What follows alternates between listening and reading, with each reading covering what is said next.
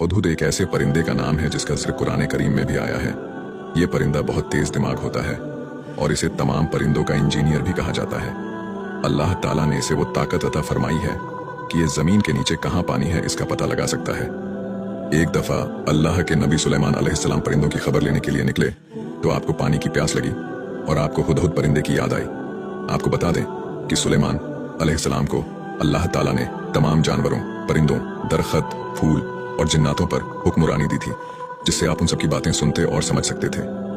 जब आपने हुदहुद परिंदे को वहां नहीं पाया तो आपको बहुत गुस्सा आया कि कहां गया हुदहुद। आपने फरमाया, आज मैं उसे सख्त सजा दूंगा या उसे ज़बह कर दूंगा अगर वो मेरे पास कोई वाजह दलील न लाया। थोड़ी देर बाद हुदहुद वहां आया और सुलेमान से कहा, आप मुझ पर गुस्सा ना करें क्योंकि मैं बहुत बड़ी खबर लेकर आया हूँ। मुल्क सबा में एक मलिका राज कर रही है जिसका बहुत बड़ा तख्त है। उसका नाम बल्कीस है। वो और उसकी कौम माज अल्लाह सूरज की पूजा करते हैं।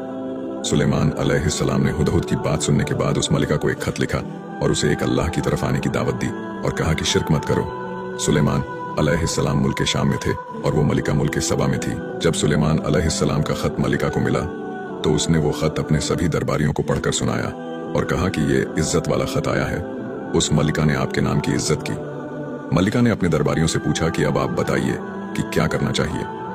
दरबारियों ने कहा कि आप जो कहेंगी हम वो करने के लिए तैयार हैं, चाहे जंग हो या समझौता। उस मलिका ने कहा कि जंग में बहुत कुछ बर्बाद हो जाता है, हम उन्हें तोहफा भेजकर मामला रफा दफा कर देते हैं। तो उस रानी ने एक दरबारी के हाथ से आपको सोने की ईंट भिजवाई। जब वो दरबारी सोने की ईंट लेकर सुलेमान अलैहिस्सलाम के पहुंचा तो आपने 1000 सोने की ईंटें जमीन पर बिछवा दी, जिसे देखकर वो दरबारी पानी पानी हो गया और वापस लौट आया। जब उस दरबारी ने ये बात मलिका को बताई तो मलिका ने कहा कि अब मैं खुद उनसे मिलने जाऊंगी।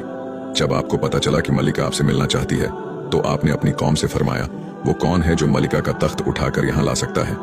कहा जाता है कि वो तख्त कोई मामूली तख्त नहीं था, वो 7 फ्लोर का था और सोने चांदी से भरा हुआ 80 हाथ लंबा और चौड़ा था।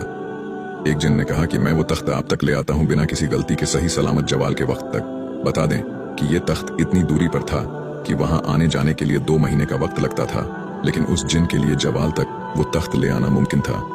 आपने फरमाया कि मुझे वो तख्त इससे भी पहले चाहिए।